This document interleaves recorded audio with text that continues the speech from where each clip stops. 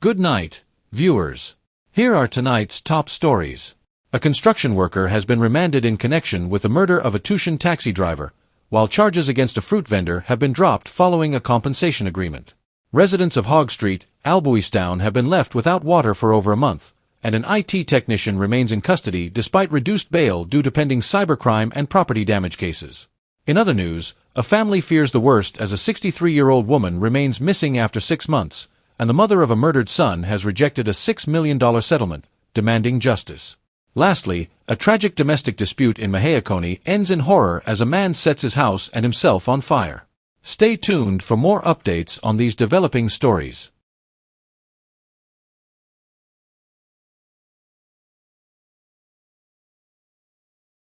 Tragic end to domestic dispute. Mahaicony man sets house and himself on fire. Mahaicony, East Coast Demerara, ECD, August 27, 2024. A tragic domestic dispute on Monday afternoon resulted in the death of 56-year-old Julius Innes, also known as Storm, who reportedly set himself and his house on fire following an argument with his wife, Shellen Innes. The incident occurred around 3 p.m. at the couple's residence in Catherine, Mahaicony, just hours before they were set to celebrate their 14th wedding anniversary. According to the Mahaicony police, Mrs. Innes, 46, had earlier visited the local police station to report a domestic assault by her husband. She was subsequently taken to the Mahaicony hospital for medical treatment. Upon returning to the house with police officers, Mr. Innes reportedly ran inside, locked himself in, and ignited the fire. Despite efforts to contain the blaze, the house was engulfed in flames, and Mr. Innes's charred remains were later discovered. In a subsequent interview, Mrs. Innes recounted the events leading up to the tragic incident. She revealed that during the dispute, her husband had stabbed her in the shoulder and threatened her with a knife. Fearing for her life, she managed to escape, though she was unaware of her 14-year-old daughter's whereabouts at the time. Mrs. Innes described her husband as a man who had become increasingly abusive due to stress over property disputes following the death of his father. She expressed deep sorrow over the incident, emphasizing that despite the abuse, she still loved her husband and believed he needed help. "My husband needed help, but the system let him down. I love my husband, and he needed to go and cool off," she stated. The community is left in shock and mourning as investigations into the incident continue. Local authorities urge anyone experiencing domestic violence to seek help and report any such incidents to the nearest police station. Mother of murdered son rejects $6 million settlement, demands justice. Newsroom reports 6 months have passed since Sharon Jones faced the unimaginable. The charred remains of her 22-year-old son, Hakeem John, were discovered under horrific circumstances. Hakeem lost his life during a tragic incident that occurred while he was picking fruit, and his mother has been on a relentless pursuit for justice ever since. In an emotional interview on Tuesday, Sharon Jones expressed her deep frustration with the ongoing investigation, criticizing the police for their lack of transparency and delays. She revealed that her attempts to obtain updates on the case have been consistently met with evasiveness, further exacerbating her grief and suspicion. Adding to her distress, Jones disclosed that she was offered a $6 million settlement by the family of the suspect, a 59-year-old farmer. She has firmly rejected the offer, stating, "They murdered my son, and no amount of money can bring him back. My son is gone. I can't see him, hear from him, or have him by my side. Money can't buy life." Hakeem John's remains were discovered on February 26 in an empty lot adjacent to the farmer's property on Hogg Street, La Grange. The remains, which included a skull and pieces of burnt clothing, were found among a pile of debris. Authorities believe John was electrocuted by the farmer's fence and that his body was subsequently burned and buried. Although the farmer was initially arrested, he was later released on a $1 million bail without facing any charges. Jones has been informed that delays in the investigation are due to pending DNA test results, but she remains skeptical. "I'm not even convinced that the DNA samples were sent for testing," she said, expressing concern over what she perceives as a possible cover-up. Jones's anguish is compounded by the lack of progress in the case. "The man who killed my son is free while I am in constant pain," she said. "Every day, I think about my son. I've grown weary of the lack of answers.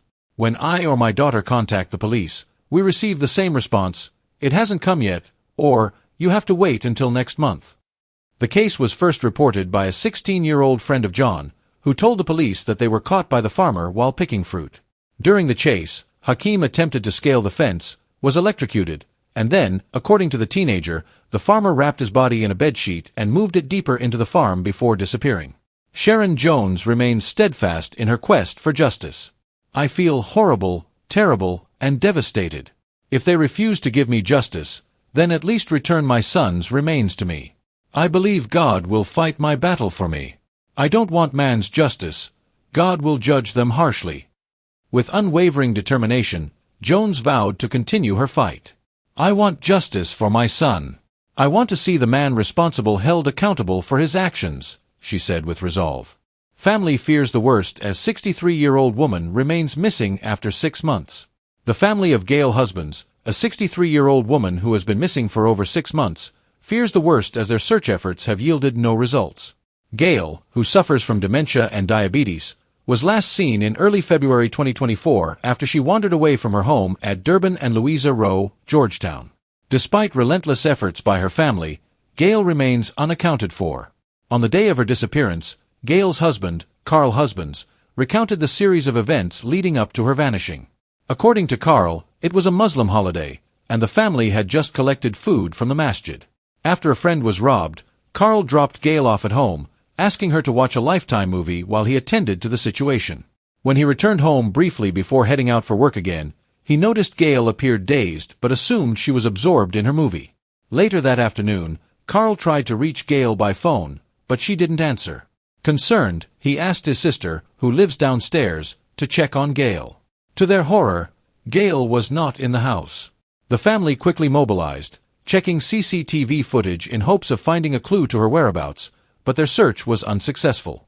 The family's distress has been compounded by what they describe as a lack of police involvement. Carl expressed frustration over the police's handling of the case, noting that Gail's phone was taken by the police for analysis but has not been returned after 6 months. A family member also voiced concern over the apparent lack of urgency and interest from the authorities, stating, "Human lives seem to be just a statistic to them." The family is pleading with the public for any information that could lead to Gail's whereabouts. Gail was last seen wearing a floral dress in white, green, and pink.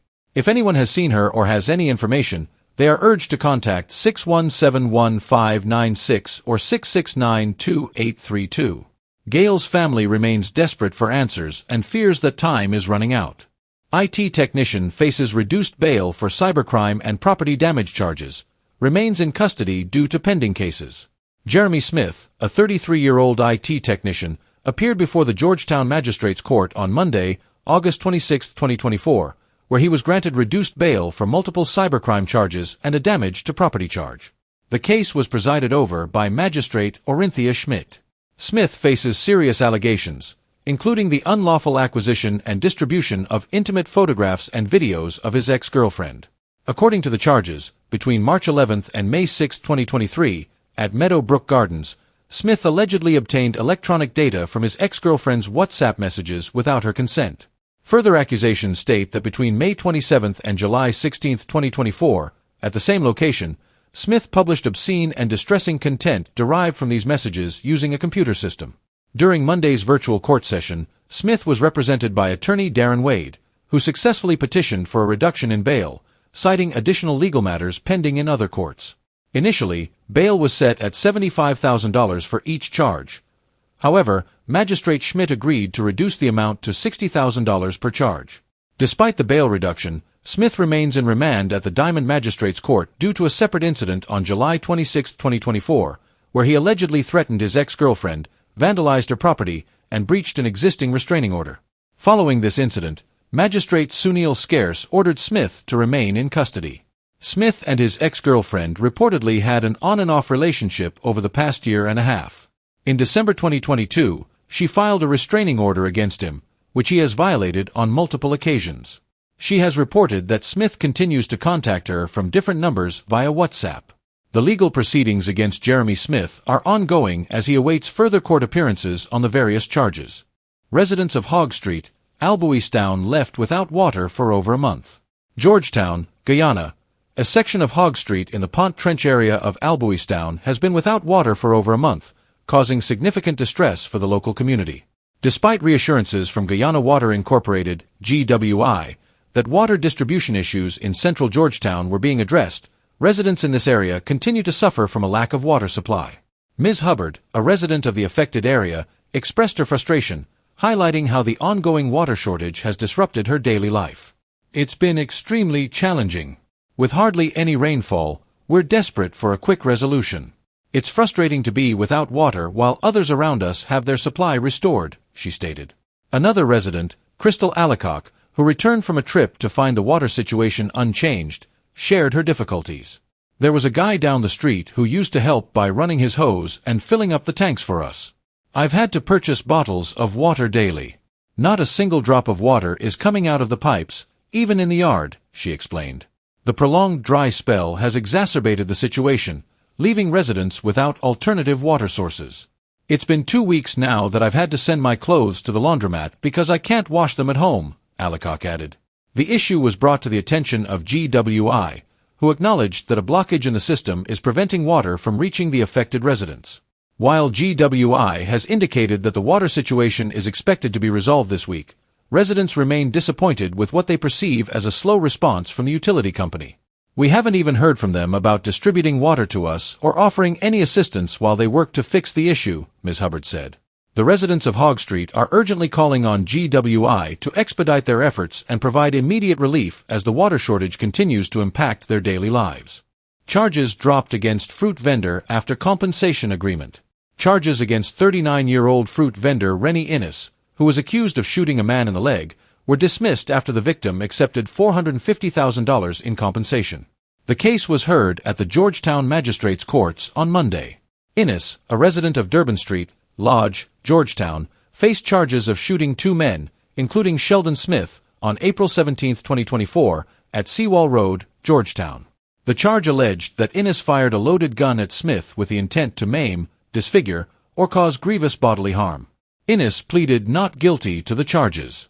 During the hearing, attorney Stacey Goodings, who represented Innes, informed the court that her client and the victim had reached a settlement.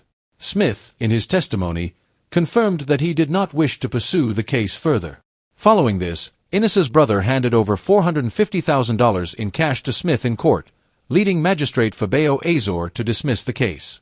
Attorney Goodings explained that the incident stemmed from an argument between Innes and Smith that quickly escalated. During the altercation, Smith allegedly pulled out a gun and struck Innes in the face, causing the weapon to discharge accidentally. Innes is also facing a similar charge involving another individual, Jermaine Duncan, who was not present in court and has been unreachable.